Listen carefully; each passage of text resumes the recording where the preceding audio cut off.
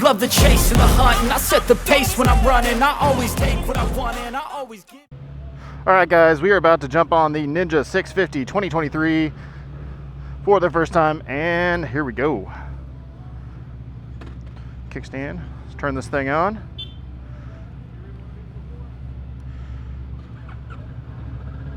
And we are booted up. Look at that TFT dash. Look at that display, that thing's gorgeous.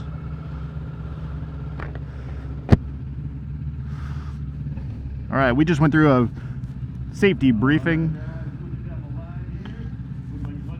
We're about to take off.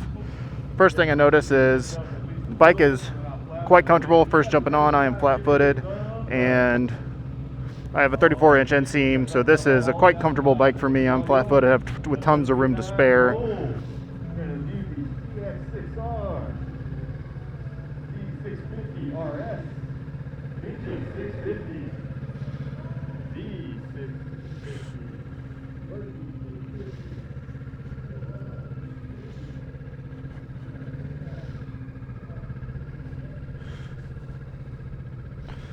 Alright, so we did just find out that we will not be doing any highway miles on this ride, which is a little bit of a bummer, but we'll see what route they have set up for us here.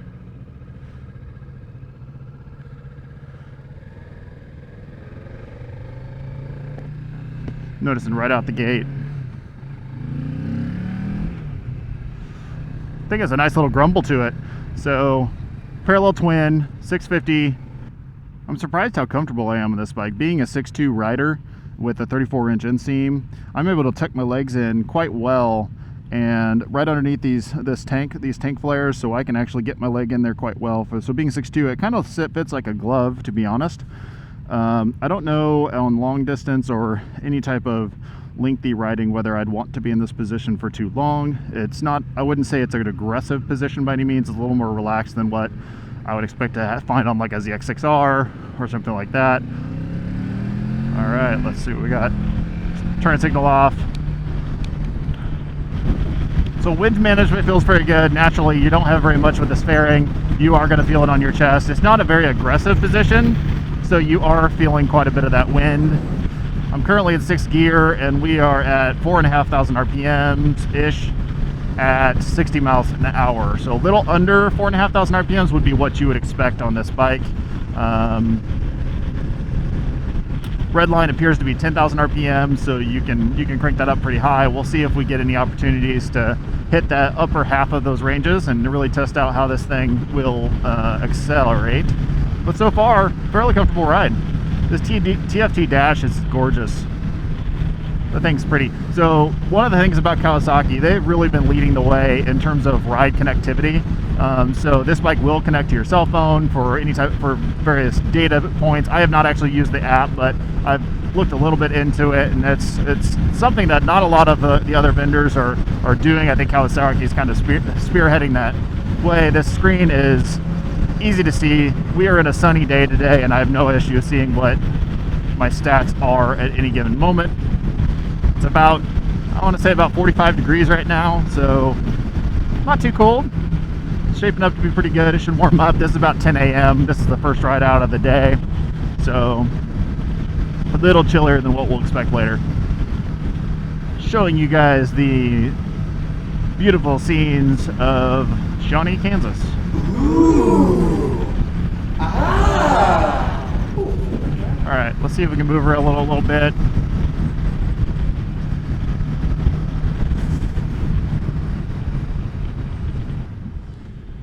Ooh. Let's test out those brakes. Brakes are, so you definitely want to ease into those brakes. Those things work pretty darn well. You can stop in a hurry on this thing.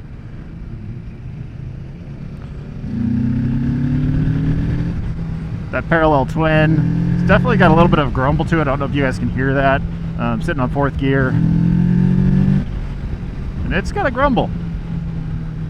Looks like we are taking a right turn. we're not going to get to experience that stoplight quite like I hope to. But actually, this might be better.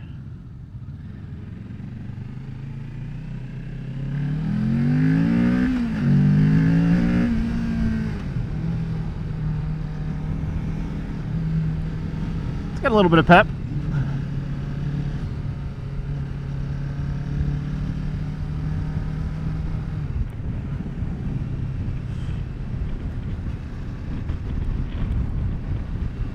One of the things that when you do a demo ride, it's always kind of you're playing the game, because you got your safety officers that are touring you. You want to be respectful of those around you.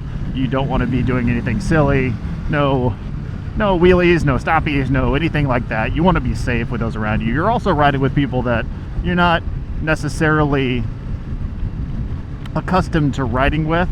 So, and you do not know their skill levels either. So that's something where you need to be careful, you need to be defensive, yet you need to ensure that you're getting a feel for the bike as well. So those little opportunities coming off the stoplight, you can hit it a little bit, but also don't be a jerk.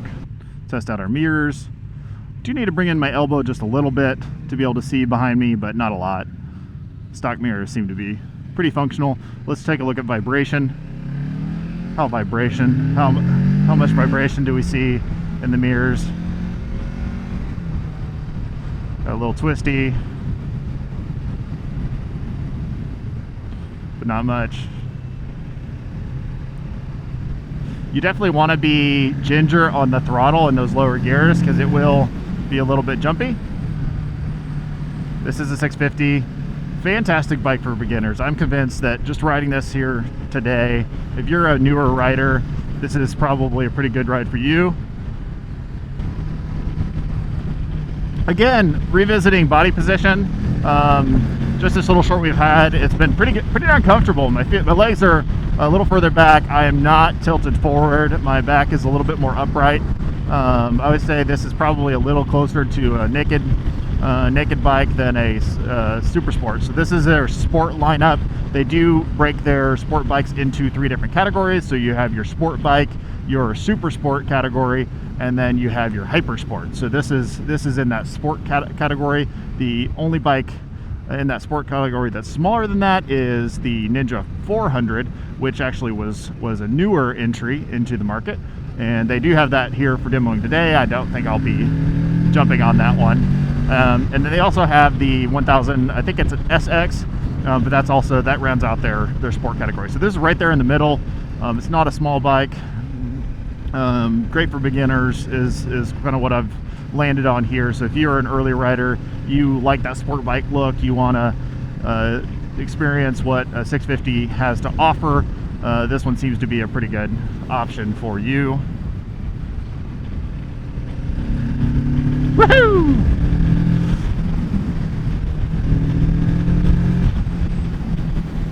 Do a little bit of get up and go. If you wanted to, this thing will move. Do some engine braking. I'm really amazed at how growly this bike is. It will, the sound is definitely got a grunt to it.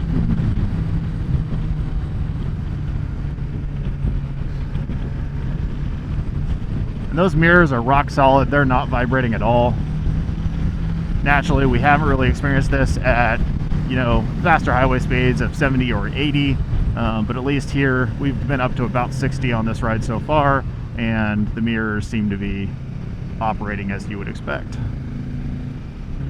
Riders from all different backgrounds here. I've seen Harley jackets here. I'm wearing a Victory jacket today. We're going to change lanes.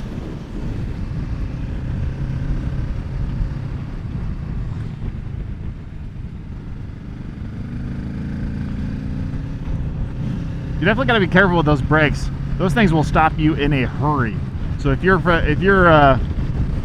used to riding a bike that maybe doesn't have dual discs, these Nissan brakes will definitely stop you on a dime. If you guys are interested in the specs, I will actually include them in the video right now. But just for test's sake and for your guys' entertainment, let's see how much I can remember. So this bike is about 420 pounds. I think it's 419 is exactly what it came out to. They have two colors, colorways for this, not counting the KRT edition. So this one is a graphite, or no, they have a different word for it. It's a metallic graphene gray of some kind. So this is the gray colorway. They do have another one. I'm actually a huge fan of this colorway. I like black bikes. You guys will notice that I do own a black bike, so this is right up my alley. Not too much flare. There's not too much color. If you're wanting red flare on it, this is not that colorway. So this is pretty mute, and it is a matte paint. So if you like matte colors, this is pretty good. But it does have a metal flake in it. So it's matte, but it has a metal flake, but it's not glossy. So just to give you guys an idea of what I'm noticing on this colorway, it's pretty attractive.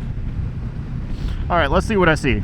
So we've got horn on the left. Let's see, we've got selects, we got rider modes, we do have traction control. I believe there's two different kinds of traction control that they have on this bike. Let's push some buttons and see what we get. So we are in traction control 1 is what we got. So that's the select button, so we can move around. We have our horn to the left. No cruise control on this bike, so if any of you are curious whether this has cruise control, it does not. Got some construction, so we're going to be careful. We're going to take a right turn. All right, let's see if we can hit some buttons here. So average speed, we got total time, battery voltage, so that's good. We can see if our stator's working okay, if our charging system's working okay. Mile per gallon. According to the computer here, we are averaging 48.4 miles per gallon. That's what it says. Got our range.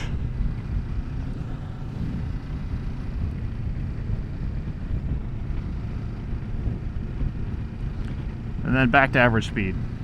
Odometer on this bike is 1,044. This is 2023, so this one's been a few locations, I can tell. I can see my gas gauge. I can see the time. I have a gear indicator. And my speedometer.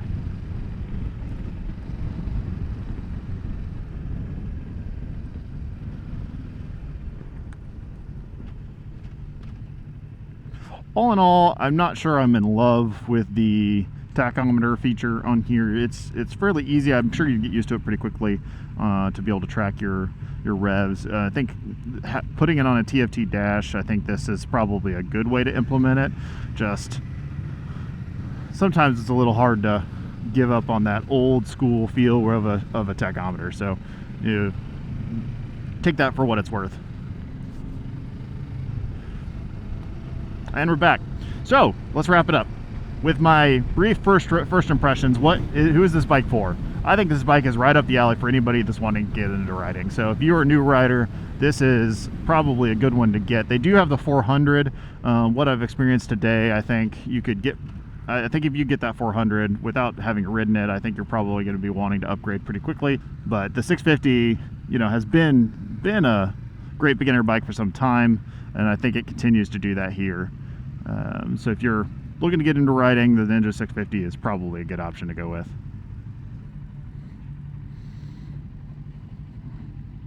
Let's see if we can find neutral. Yep, that was pretty easy.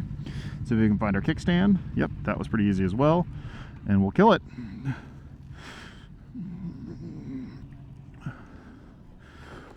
All right.